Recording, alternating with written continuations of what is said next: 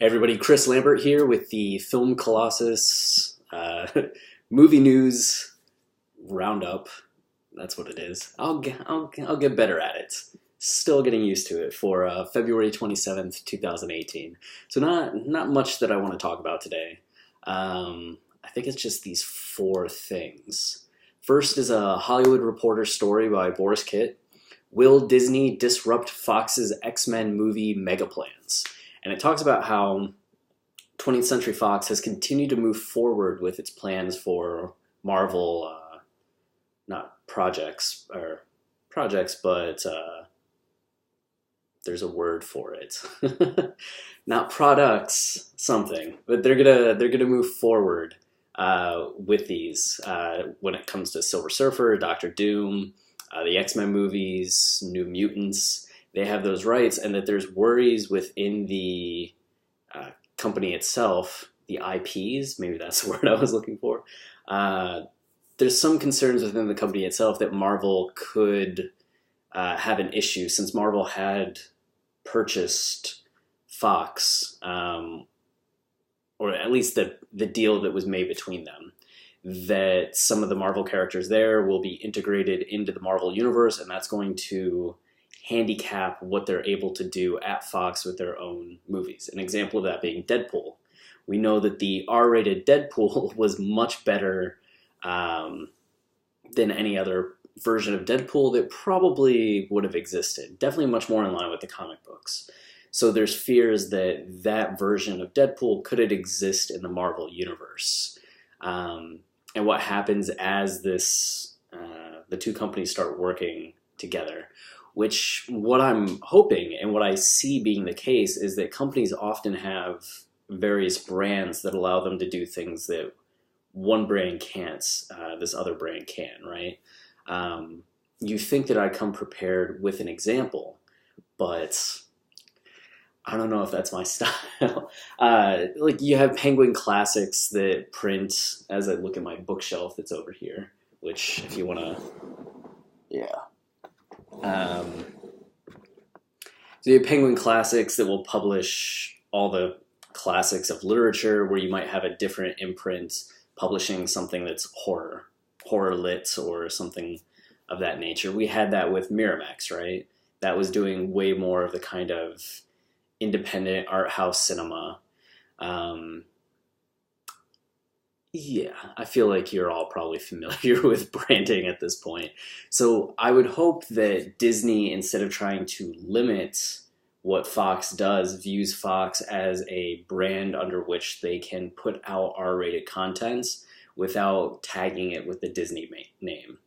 I think that's probably the best for both worlds, that we get Marvel giving guidance to Fox, so we're not getting the shitty versions of Marvel characters in Fox movies that we had gotten leading up to Deadpool, that quality increases, but that it also means that we don't have the limitations to the story and characters they would have if they were under the Marvel banner.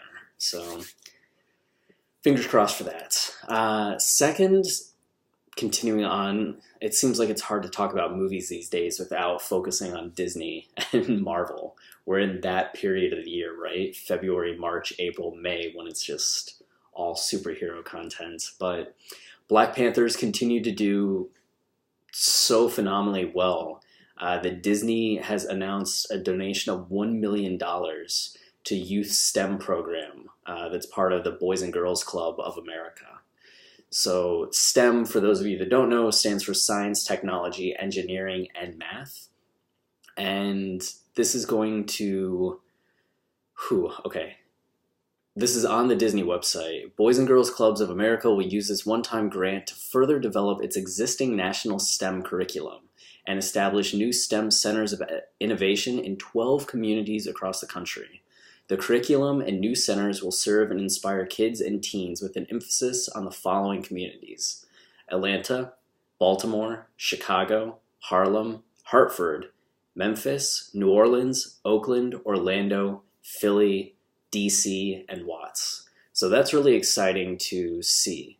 And it reminds me of a Borges short story in which they talk about a fictional place that's found in an encyclopedia.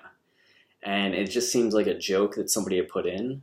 But this group starts increasing that joke and putting references to this fake place in other works, and eventually bringing in actual objects from that fake place into the world itself, until that fake place has reality, like a footing in reality in our world, which I often think about with movies, right? Like, what's a good example of that? Harry Potter. You see Harry Potter, like, there wasn't a Hogwarts that existed. Sure, Hogwarts was based off things that did exist, but in the wake of the popularity of Harry Potter, we now have all these Harry Potter related items that exist in the world that you can have, and that's always been so fascinating to me. So to see that Black Panther focuses so much on empowerment, Black empowerment, and on science and technology, and to see that the byproduct of that is to have more of a focus with Disney donating $1 million to STEM projects, that's really, I think that's cool, and goes a little bit beyond what we typically think about when we think about the power of movies. We tend to think of it as an inspiration for the individual. But when you look at it as actually having social change and driving social conversation, that's really cool. Next, I keep deleting these links when I need to save them to put them in the description. James Gunn just today got in a Twitter argument with Ash Crossan, who's a producer and host at ET Now. And somebody had proposed a question of, who do you save, Baby Groot or a Porg from The Last Jedi? And Ash had said, this is messed up. And James Gunn responds. James Gunn, director of Guardians of the Galaxy and Guardians of the Galaxy 2. And he says, Groot is not an animal. He's an advanced life form. It's easy.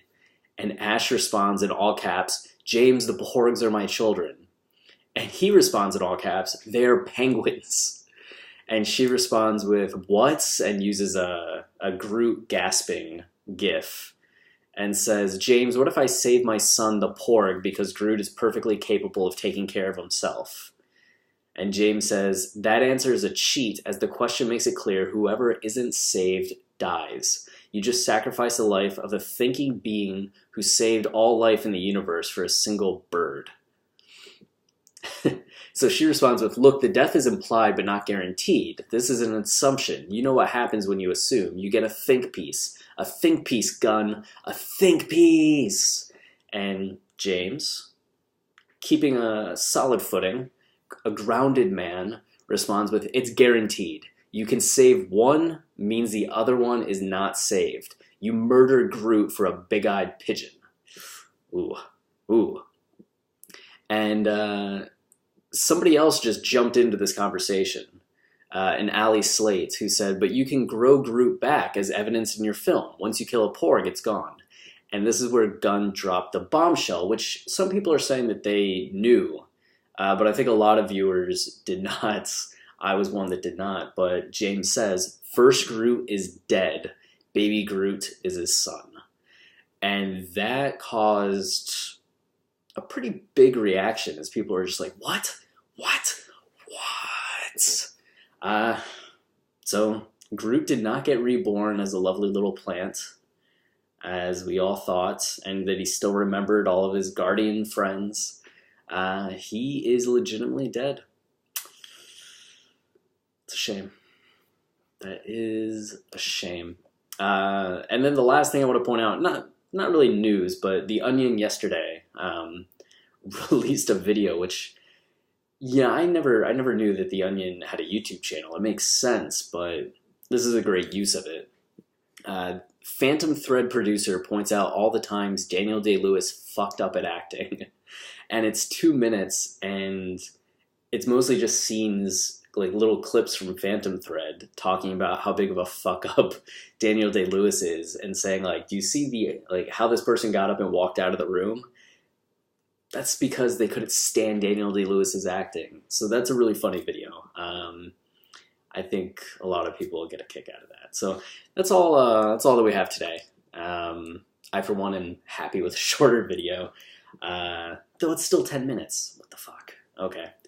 But I hope you enjoyed, and if you want to check out our full writings, www.filmcolossus.com, and we just recorded a podcast last night that we're going to release that's a new podcast called 1 to 10, where Travis, the co-founder of Film Colossus, and I have discussions on movies and start with a rating that we each felt was at a 1 to 10, and then have a discussion about the movie, making our cases for it, against it, and then checking if we still feel that the rating was right. What's a new score on a range of 1 to 10?